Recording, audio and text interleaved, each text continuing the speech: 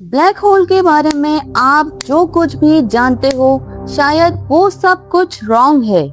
शायद सदी के सबसे जीनियस साइंटिस्ट एल्बर्ट आइंस्टाइन की रॉन्ग प्रूफ हो चुकी है, क्योंकि न्यूजीलैंड के एक genius mathematician doctor Roy Kher, जिन्होंने 1963 में खुद ब्लैक होल को मैथमेटिकली डिस्क्राइब किया था, उन्होंने ये प्रूफ कर दिया कि ब्लैक होल की सिंगुलैरिटी यानी वो पॉइंट जहां उसका सारा मास और ग्रेविटी सेंटर में होता है, वो एक्चुअली में एग्जिस्ट ही नहीं करता, जिस कॉन्सेप्ट में आइंस्टाइन बिलीव किया करते थे।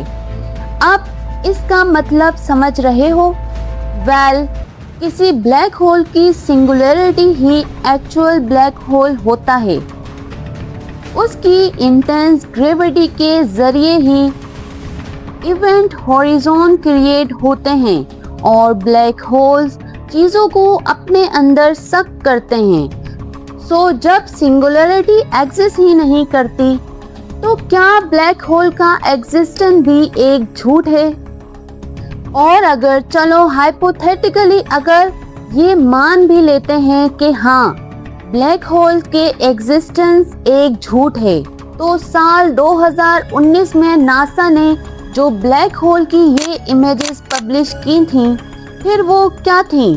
क्या ब्लैक होल अपने इवेंट हॉरिजॉन के साथ बिना सिंगुलैरिटी यानी बिना किसी ग्रेविटी सोर्स के एग्जिस्ट भी कर सकता है, या फिर सिंगुलैरिटी के बदले उनमें कुछ और चीजें होती हैं जो उनमें इंटेंस ग्रेविटी को पैदा करती हैं? और अगर हाँ, तो ब्लैक होल के अंदर आखिर क्या छुपा हुआ है?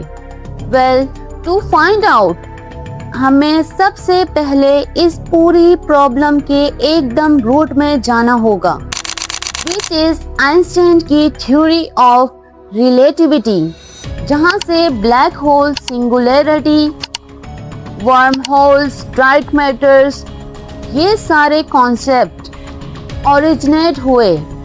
सो आई वुड हाईली सजेस्ट आप इस पार्ट को किसी भी हालत में स्किप नहीं करना, क्योंकि जिनको भी ऐसा लगता है कि वो ग्रेविटी और स्पेस टाइम फैब्रिक के बीच में रिलेशन को अच्छे से समझ चुके हैं, समझ लो 95% लोग रॉन्ग हैं। सो देखो, अब तक हमें जिस तरह से ग्रेविटी को विजुअलाइज कराया गया है, लाइक एक स्पेस टाइम है जिसमें कोई ऑब्जेक्ट रखने पर उस ऑब्जेक्ट के वेट की वजह से वो कर्व हो जाता है।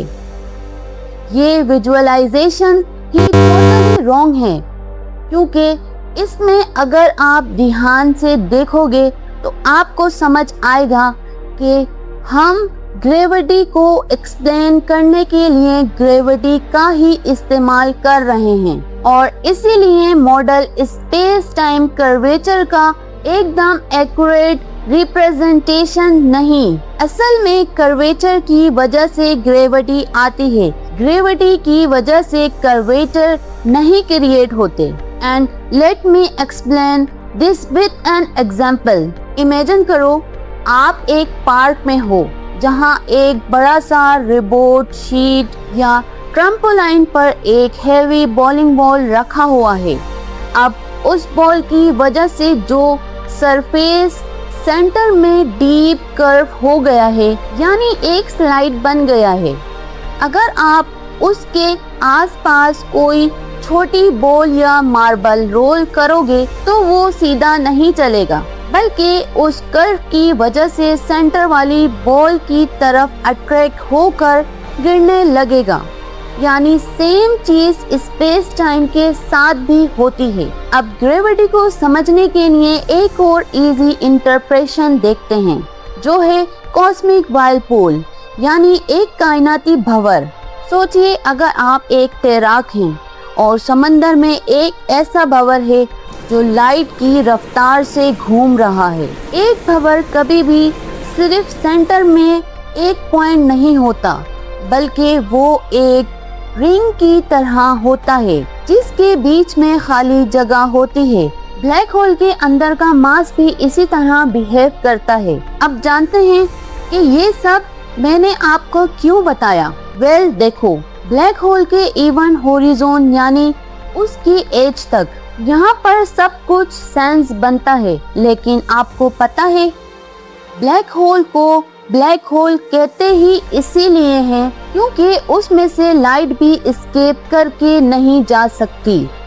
अब ये सिर्फ तभी पॉसिबल है जब हम ये एज्यूम करें कि इवन होरिजोन के पार स्पेस टाइम का बहाव लाइट स्पीड से भी ज्यादा तेज हो सकता है।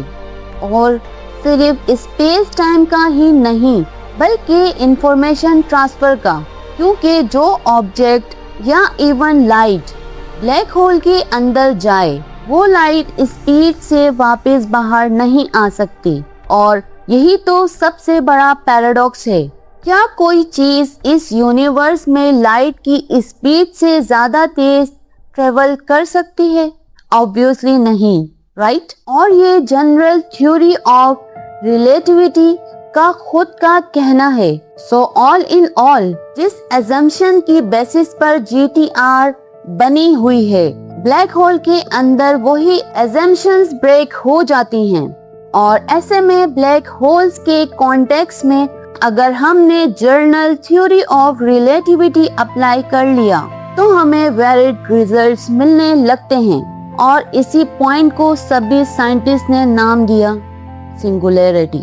बट इन साइंटिस्ट के इस ग्रुप में एक फिजिसिस्ट ऐसे थे जो सिंगुलैरिटी के कॉन्सेप्ट से बिल्कुल भी सहमत नहीं थे। उनको इस कॉन्सेप्ट में ही एक मेजर फ्लॉ नजर आ रहा था। उनके अकॉर्डिंग ये सिंगुलैरिटी का कॉन्सेप्ट जिस अजम्पशंस की बेसिस पर बना है, सभी ब्लैक होल स्टेशनरी होते हैं, वो अजम्पशन ही रॉन्ग है।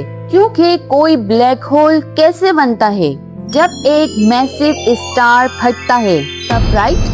और फिजिक्स का एक काफी बेसिक लॉ है, law of conservation of momentum, जिसके अकॉर्डिंग कोई भी रोटेटिंग बॉडी तब तक रोटेट करती रहेगी जब तक उस पर कोई एक्सटर्नल फोर्स अप्लाई नहीं होता या तो उसे कोई ऑब्जेक्ट कोलाइड नहीं करता।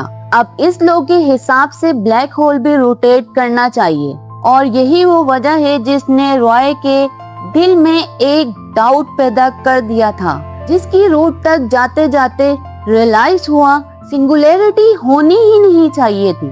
देखो, हमें अब तक बताया गया है कि सिंगुलैरिटी तब बनती है जब ब्लैक होल स्टेशनरी होते हैं और सिर्फ उसका इवेंट होरिजोन घूमते रहता है, जिसकी वजह से उसमें चीजें कुछ इस तरह से गिरती हैं। यहाँ पर आप देख सकते हो कि ब्लैक होल के इवेंट होरिजोन में जाने वाली सभी चीजें वहाँ पर एक ही पॉइंट पर गिर रही हैं और इसीलिए उस पॉइंट पर ग्रेविटी का दबाव इन्फिनिट हो जाता है। And exactly because of which इसे साइंटिस्ट सिंगुलैरिटी कहते हैं। अब यहाँ तक सब कुछ क्लियर है कि कैसे स्टिल रहने वाला ब्लैक होल में सिंगुलैरिटीज बनती हैं। पर जैसे कि हमने जाना कि ब्लैक होल स्टेशनरी नहीं होते, तो वो रोटेट करते हैं, जिसकी वजह से उसमें पॉइंट सिंगुलैरिटी एग्जिस्ट ही नहीं कर सकती। क्योंकि अगर कोई ब्लैक होल घूम रहा है तो उसके घूमने की वजह से इवेंट होरिजोन को पार करने वाली चीजें ऐसे उसके इर्द गिर्द गोल घूमते घूमते सेंटर की तरफ भागेंगी। यानी कि ब्लैक होल के अंधेरे से भरी गहराइयों में इन चीजों का मोशन मौत के कुएं में घूम रहे बाइक जैसा होगा। जैसे मौत के कुएं में तेजी से घूमने की वजह से बाइक नीचे नहीं गिरती, वैसे ही यहाँ पर भी तेजी से घूमने की वजह से चीजें सीधे ब्लैक होल के अंदर किसी पॉइंट पर नहीं गिरेंगी, बल्कि बस रिंग के मोशन में घूमती ही चली जाएंगी।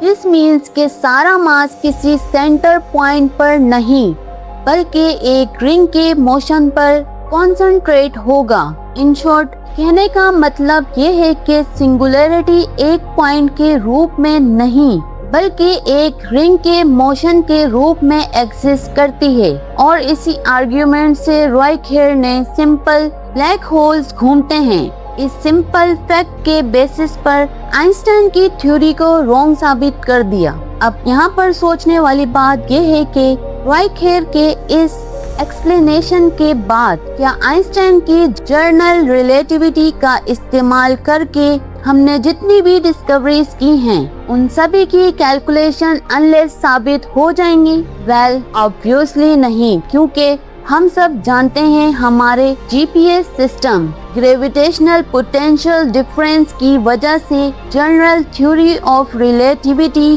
के फेमस डायलेशन प्रिंसिपल पर निर्भर करते हैं। हमारे जीपीएस सैटेलाइट्स यूनिवर्स के सरफेस से लगभग 20,000 किलोमीटर ऊपर हैं और उनके इतनी दूर होने की वजह से उन पर यूनिवर्स के सरफेस के मुकाबले ग्रेविटी का असर कम पड़ता है। अब ऐसे में उन जीपीएस सैटेलाइट्स में जो क्लॉक्स लगे हुए हैं वो हमें हमेशा यूनिवर्स पर मौजूद घड़ियों के कंपैरिजन में और उसी के सलूशन में सभी जीपीएस सैटेलाइट्स के क्लॉक की स्पीड कम की जाती है। हम जितनी गहराइयों में कायनात को एक्सप्लोर करते हैं उतना ही हमें ये एहसास होता है कि इस पूरे निजाम के पीछे क्रिएटर ऑफ डिजाइन कितना परफेक्ट और मैग्निफिसेंट है। So never let the curiosity inside the pit away.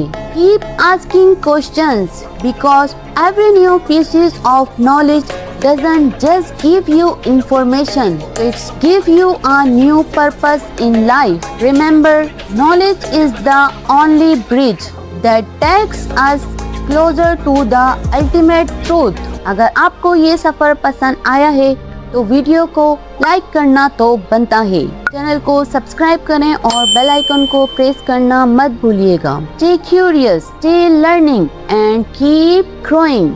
Allah Hafiz.